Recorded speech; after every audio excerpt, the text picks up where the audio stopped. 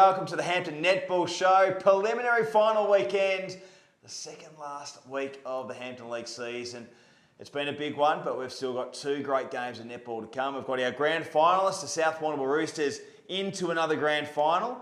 And we've got a prelim final matchup that's going to be between either Koroit taking on the Cobden Bombers. I had to have a think there. But a big week. I had to have a think who was there. Koroit and the Cobden Bombers, which is going to be absolutely sensational. As I introduce the panel, Kate Lindsay with an E. Great to have you on board. Welcome. Thank you, Hilly. Yes, you did get the spelling of my name correct. I do it incorrect. I do it intently. Though. Okay, good. You know, it irks me. Great to be back. A cracking couple of games on the weekend and some really good weather after.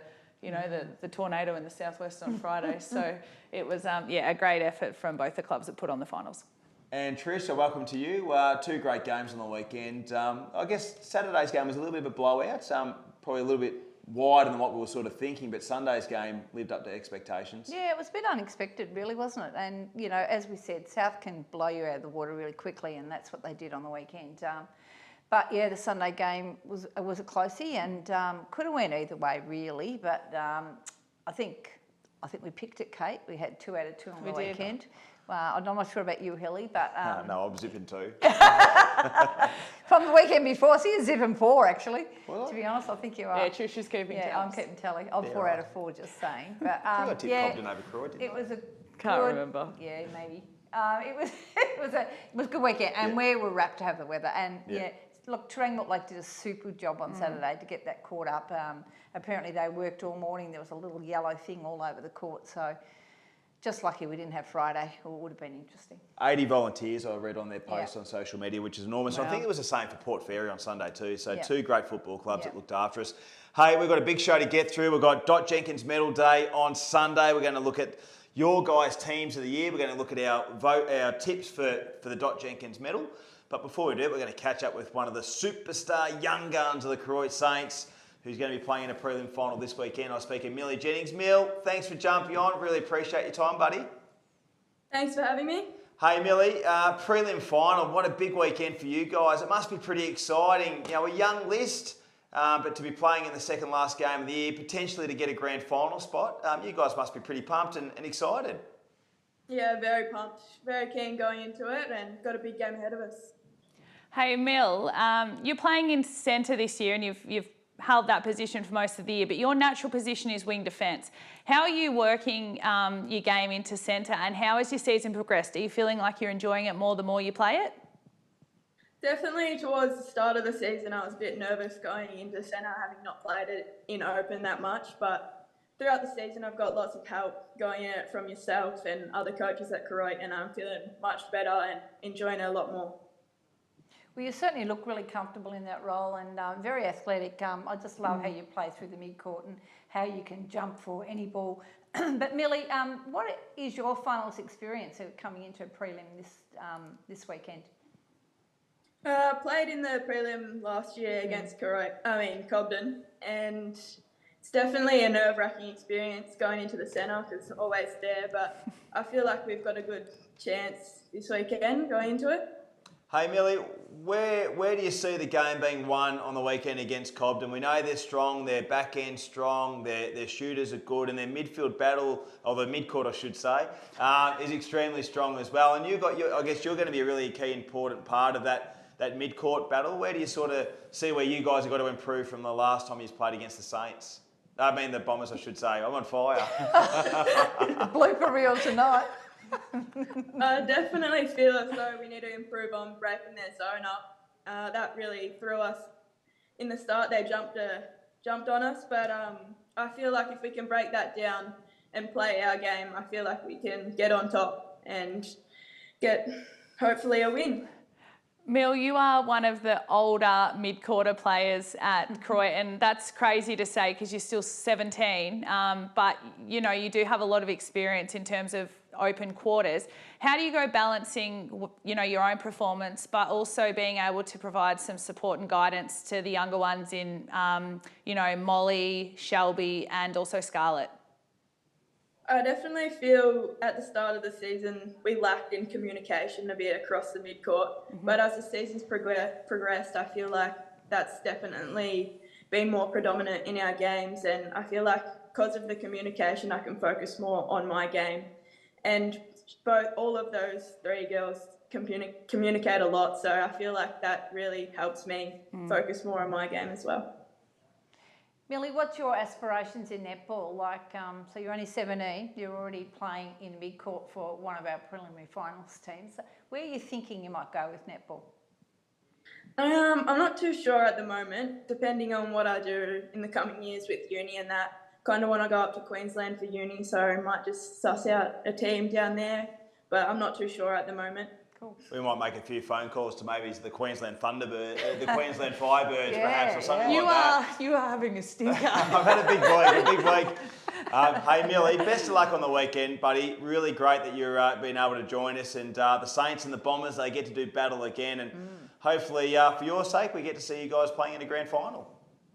Hopefully. Thanks for having me. Millie Jennings there from the Koroit Saints, and what a young star she's going to be. And I reckon she'd be loving playing at Koroit. Mum helping her as well. I know Mum would be one of her great mentors. You know, Kerry was a super netballer in her journey over at the Portland Tigers for many a season. So, yeah, what a great kid. She got interviewed after Saturday's game by the Standard, and that was one of the questions they asked her. How does she go having Kerry as her coach? And, you know, a classic Millie response. She's like, you know, we butt heads, but at the end of the day, I have to listen to her because she's my coach.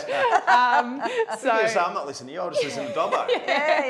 But yeah, she's a super talent, and she's probably the best player I've ever had the privilege of coaching in juniors, and she's a super talent. And where her netball goes, it's going to depend on where she ends up playing university. But to be 17 years old and holding down a mid-court position, as you say, in a preliminary final team, and she's just a superstar of our competition. Well, she's been playing open for the last couple of years, at 15, you know what I mean? So, a lot of exciting talent. Then I look at, then I look at Scarlett O'Donnell, you look at young Shelby, those girls just don't look out of place in that side. Even though they're young in age, they just don't look out of place, do they? As Kate said, they're open players. They're not juniors just filling open spots. They're open players now, and you know that expectation for them over the next few years will just go up a notch. And watch out. Yeah, terrific. Love it. The Saints, they're doing great things with their development. Some good coaches, I reckon, Kate. Hey, She gave me a shout out. Did she get to see that?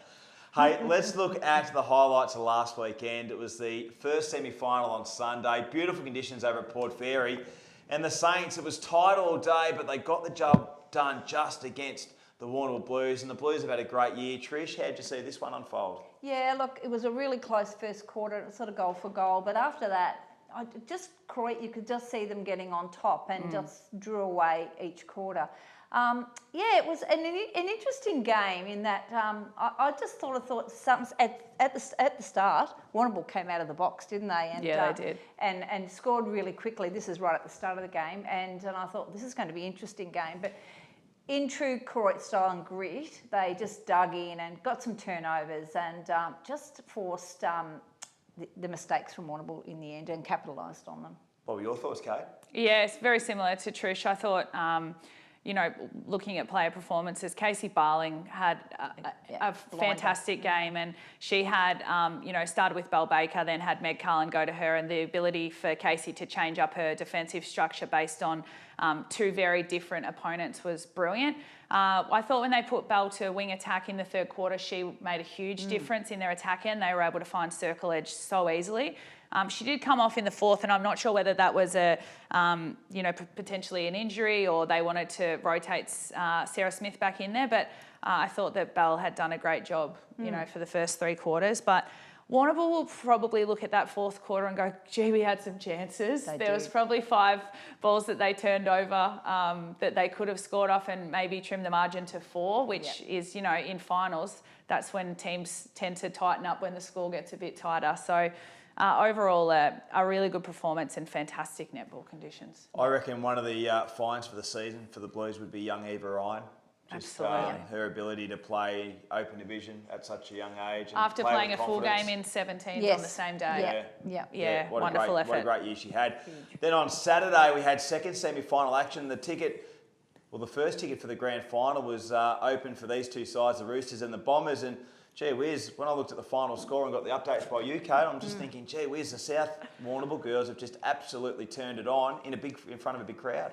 Yeah, well, it was a 17-9 first quarter, and I just don't think you will ever come back from that margin against a team like South. They were incredibly patient with their ball movement getting through Cobden's zone, and yeah, they were really patient with it. They didn't force the ball, but they all had players that stood up throughout the game in critical moments. They weren't relying on their regulars. I thought someone, and Trish, you and I spoke about this on Sunday at Port Fairy, Ali Melbourne, wow.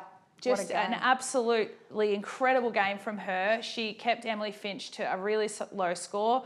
Meg Kelson in wing defence played a great shutdown role of their wing attack, and they had people that stood up all over the court. They did. Like, to keep Emily to 23 goals, that was a super effort, and I thought she was a bit of a standout for her. I reckon she had a standout game.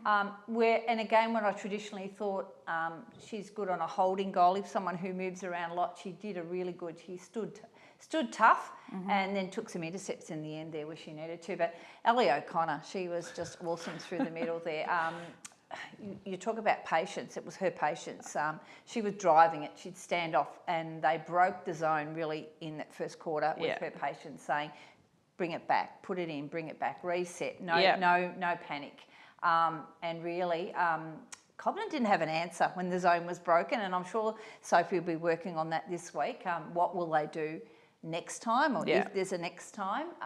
So what happens then? I know they were without one of the Blaine girls, Alicia Blaine, and it took out one of their rotations. So Sophie played a full game in the centre, which she doesn't do, and didn't have that rotation through goals. But gee, you couldn't take it away for South. They were awesome. They really won every position on the court. Well, to win by 25 plus goals, an amazing effort. And it's funny you speak about Ali Melbourne, because that was the feedback I had on Sunday, talking to a few netball people. I said just her grit and her determination, just the way she stopped Finchy from getting the ball in hand and restricting her goal play. It was amazing. It was amazing. a really good game. It was probably her best game, and the people I was talking to said, we've just never seen that side of Ali before. No. Yeah, and she's such a clean player naturally, but as you said, Trish, you know, she's probably been guilty of being able to work out a holding shooter quite well, but a moving shooter is, you know, a little bit of a different ball game. But she was fantastic. I think, you know, a really good performer for them was Jamie Finch. Yeah. I think that, you know, her ball supply to Emily was fantastic. The way she used the ball outside the ring, her movement, she's so slick in the way that she moves. But Cobden will be disappointed. I was texting Nads last night, and you know, she said, you know, hopefully we can't play worse this weekend. And I was like, well, from a Koroit perspective, I sort of hope that you don't want to play Cobden and reduce it by another 10%. Yeah, I know. You don't want to be the side that plays Cobden after they've had a disappointing performance. So, oh, gee whiz, that's not good. That's what I said to her. It's scary. It's a scary prospect for Saturday, absolutely. but they would have taken a lot of learnings out of the weekend and be able to implement a whole lot. The old story, you learn more from a loss than you do from a win, and I think they learned a lot on the weekend, and there'll be a lot of thought put into this game this weekend. I reckon so. Different game, obviously, different team, different style, but they would be. I reckon Soph would have been looking through that video and just picking out every little point she would have. Where they can improve. Yeah. Because, she's such a thorough player or coach who just really prepares. Prepares very well. Absolutely. Okay, let's talk about this weekend's preliminary final before we look at Sunday's big day, Maskell Medal. Jenkins Medal Day. We've got the prelim final, Cobden taking on Koroit. Who wins? To my point just then, Koroit are up against a very disappointed Cobden side, which I think is going to be a real challenge. And apologies to the Koroit people that watch this show, but I am going to pick Cobden. I think that they will come out firing with some great learnings from last weekend, and I don't expect that they will have two performances like that in a row. Yep. No, the same. I think Cobden too. I think we've had Cobden and South have been the best two teams really in the competition all year. Everyone else has been trying to emulate them, and having a defeat like that is it wasn't just a little defeat; it was a big defeat, and I think they will work really hard. And look at Koroit's structure, and it'll be. I think it'll be interesting. I think it'll be close. I don't think it'll be a blowout. Could be totally wrong on that. And I think Koroit would have learned a lot from that qualifying final where they blew them out of the water in the first quarter too fast, and too strong and set in their way. So it will be interesting because I think both clubs will be learning from their losses. Yeah. But I think Cobden probably have got the strength. Got a lot of younger players, with Croydon, and it'll be interesting to see how that goes. Yeah, I agree. I think Cobden can get the job done too. Very, very good side. And as you said, the Roosters poked the bear a little bit last week. And I think, unfortunately for the Saints, they're taking on the big bear. It's going to, they're going to be ready to eat and kill and really, But really, don't underestimate young people. No. They Yeah, can well, that's play it. Well, and the form that young just Shelby out there. and Millie and these Yeah. guys, Yeah. they're just The other one I thought played really well for Croydon the weekend was Molly McKinnon. I think she stepped up. She played really well against North, and Yeah, then she did. she had a bad game against Cobden, Yeah. and I think she stepped up again. So, it'll be interesting. But Yeah, it will be. Yeah. So get around to the Reed Oval Saturday afternoon to go and check out an A-grade game of netball. It's going to be an absolute beauty. A really young emerging side like Croydon taking on a really experienced, well-drilled outfit of the Cobden Bombers. It's going to be a great game, and we'll see who our other second grand finalist is going to be against the Southbourne Roosters in a fortnight's time, I guess. Just under a fortnight's time. Yep. All right, Sunday, can't wait. Dot Jenkins Medal Day. Always exciting, and for the second year in a row, Trish, we're running with the live stream and so forth. So everything will be here at headquarters at Fitz Media, and obviously we'll have links to all the clubs, and we're doing all the football and netball voting and so forth. Should be great. It was great, and I think it was a great fundraiser for all the clubs last year. You think of what COVID's done financially to a lot of clubs, a lot of income that hasn't been made. Last year, a good opportunity for clubs to make some money and be with their peers and so forth on this special day. Yeah, it'll be interesting again this year to see how it goes, and I see everyone's advertising functions, and we are monitoring that as a league just to make sure that that's what people want. The direction they want. Whether they want to go back to a traditional mascot will be something that's looked at the end of every year, but it's staying that way this year, so it'll be a big day. Beautiful. I love it. All right, let's have a look at our selection. So I'm not sure how the boys have done this with the visual, but we might get the first one up, and we'll get this person to talk. So this is Trish's Dot Jenkins medal tips. So these are not in any order, the top three. You might be able to talk a bit about your top three and then your smoky. All right, so tell me who's going to be the winner out of that one? Oh, gosh. Look, I found this really hard to pick, and I could add another three in there, actually, but you said I can only do three. So, look, I'm thinking, Ellie O'Connor, she's missed a few games, so that may be a bit of a detriment coming into the end. Who knows? Sky I think she'll be up there. She's had one of those just standout years for her, even better than last year. And she was runner-up last year. And she was runner-up last year, and she had a much better season than last year. I think most one around North Warrnambool would say that. In saying that for Sky, she hasn't missed any games, but some games she only played 1 and 2 quarters with her knee injury there for a little bit. But for me, it's going to be Amy Wormwood. I think it's her year. I think it's been an interesting move on Warrnambool's part to put her into goalkeeper from, we know how good she was in attack, but it's been, putting her in defence has been a real eye-opener for her, I think, in the way she's played. And I think she's been much more settled this year. The games I've seen her, she's been a game changer. And, if that gets you 3 votes, it should.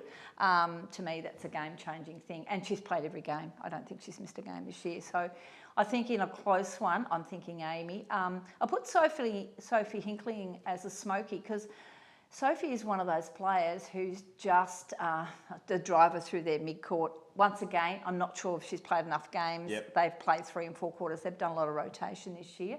But she's a class player, and she's been a pass winner, and we know they attract votes, as is Ali. But yeah, I'm going with Amy this year. I'm going with Amy. I reckon Ali second and maybe Sky third. Love it. All right, we'll go to the next set of voting, see who comes up next. I reckon it could be Kate's. All right, Kate, talk us through yours. So very similar, but you've got a different smoky. So, so is that in order, or is that, have you got... I'm going to switch 3 and 2, and that would be my order. So I think Amy will win it, Ali will be runner-up, and Sky will be third.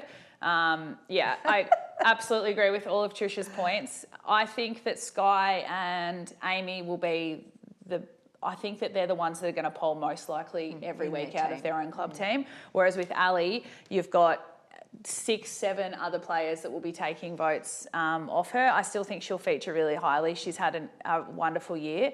But yeah, I hope that Amy wins it. To your point, Trish, moving from goal attack to goalkeeper, she's had to learn a new position, and it just shows the maturity and leadership that she's, been able to change positions. My smoky is Layla. I see Layla play every week, and look, I don't know what the umpires look for, but I think she's had a breakout year in goalkeeper, and I don't know where she'll poll in terms of votes, but I hope that she also features in Team of the Year potentially.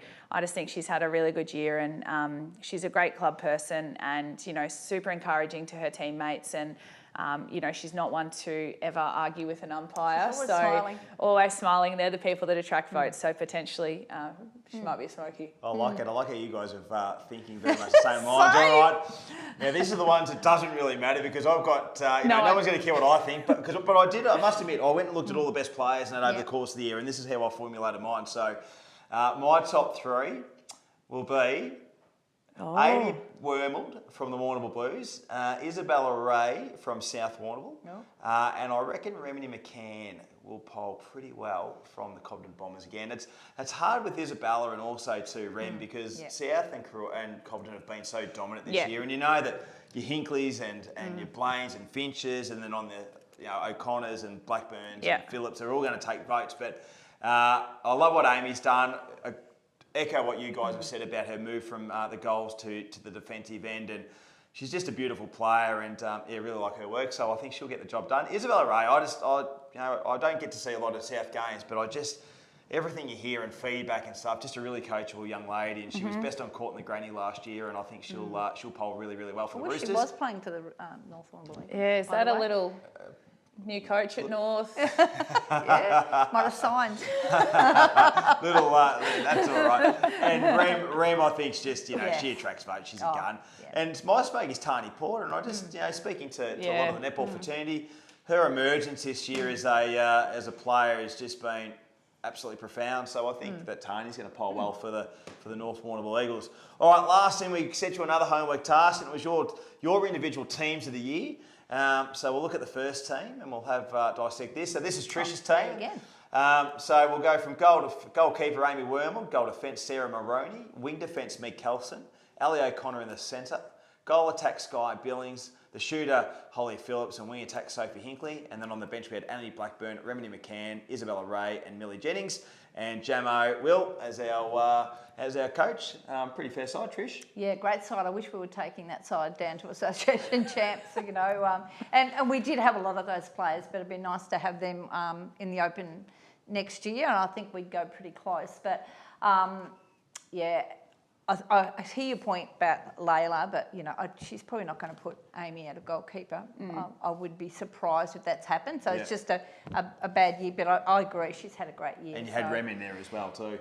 Well, I could. There was players on the bench. I put 4 on the bench because I think, where do I can't go a team without them, and they've got to be players that have got to be coming on off. Like Annie Blackburn's not on the court, Rem McCann's not on the court, Isabella Ray, and really, Guns. So great side. Yeah, so it's tricky.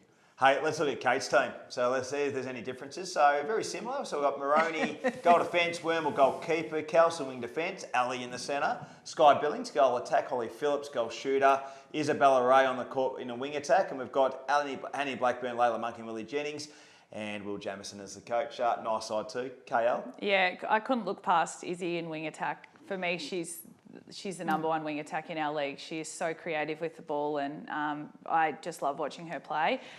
I really tossed up between Sky and Annie on who to start, but it was all of a sudden looking like the South Warrnambool side. And Cobden, I think that it's important with these team years. Obviously, it is the best players, but to have a spread of clubs is important. And I feel like Sky's had a really good year. Sarah Moroney, I love what she's done in goal defence, wing defence, and goalkeeper. And a couple of little young guns on the bench as well. Hey, you know who's really stiff in this, and you can only fit so many players into the side, but Emily Finch. I know. I thought that we haven't even put him, and she's the leading goal shooter. That's right. If Holly Phillips wasn't playing, Em Finch is the number 1. Yeah. So, but again, it's just your guys' opinions, okay? Exactly right. And we'll see what Sunday brings with our teams of the year, but I think no matter who makes it, it's going to be a pretty welcomed celebration because we've got so many great players playing in the competition. So looking forward to it. Did you do one? Yeah, I had Trish Butters in the centre, Kate Lindsay at goal defence. I think I had Mari Wall on wing attack, Kathy Hall in the goal shooter, Pam Davis on the bench, and I think I had Alan Darcy coaching. So I'm expected to pick up Trish's loose balls. I might have had Janine Hutt in there as well. I think you did. Who else did I have in there? You had Kate Sewell in. I had Kate Sewell in there as well, and I reckon I might even had Leah Kameen back in her days with Jackie Bowman. So great side. No, I wasn't going to do one of those. That was very hard. That'd have been too hard really to do, and I'll let the experts do that. So. And as people, I don't know whether people realise, the team of the year is picked by the other teams. Yeah. So the coaches and that had they nominate their team of the year and they can't put their players in. So that way you get a bit of a spread across, I guess. And then you get a point for being nominated on the court and half a point for being on the bench. And that's it's a mathematical thing. Yeah. It's got nothing to do with us. Yeah. And it's really weird that Kate and I, we didn't even talk to one another and we've come up with pretty much the same. Same predictions, same teams. I'd say there's been collusion somewhere. No collusion at all. It's really funny. Yeah. It's there could have definitely been a second side. Oh, probably even a third side, let's be brutally honest. There's too many fantastic players. To leave off. Yeah, so apologies, no offence to as anyone that didn't make the side. Personal opinion. Yeah, personal opinion. Don't throw tomatoes at it on the weekend or anything, Just take the bubble wrap, I'd say, Trish, and just cover yourself up for the weekend. Hey, it's been a great show. I really appreciate you guys doing that little bit of homework and telling us your thoughts for Sunday's big awards day. Good luck to the two grand final teams, along with all the other divisions, but Croydon and Cobden, true preliminary finalists that certainly deserve their place there, and we can't wait to see out of those two sides who take on the Roosters in the grand final next week. Enjoy the weather, enjoy the netball. A big thank you for tuning in, and we'll see you next week for our big grand final edition of the Hampton Netball Show.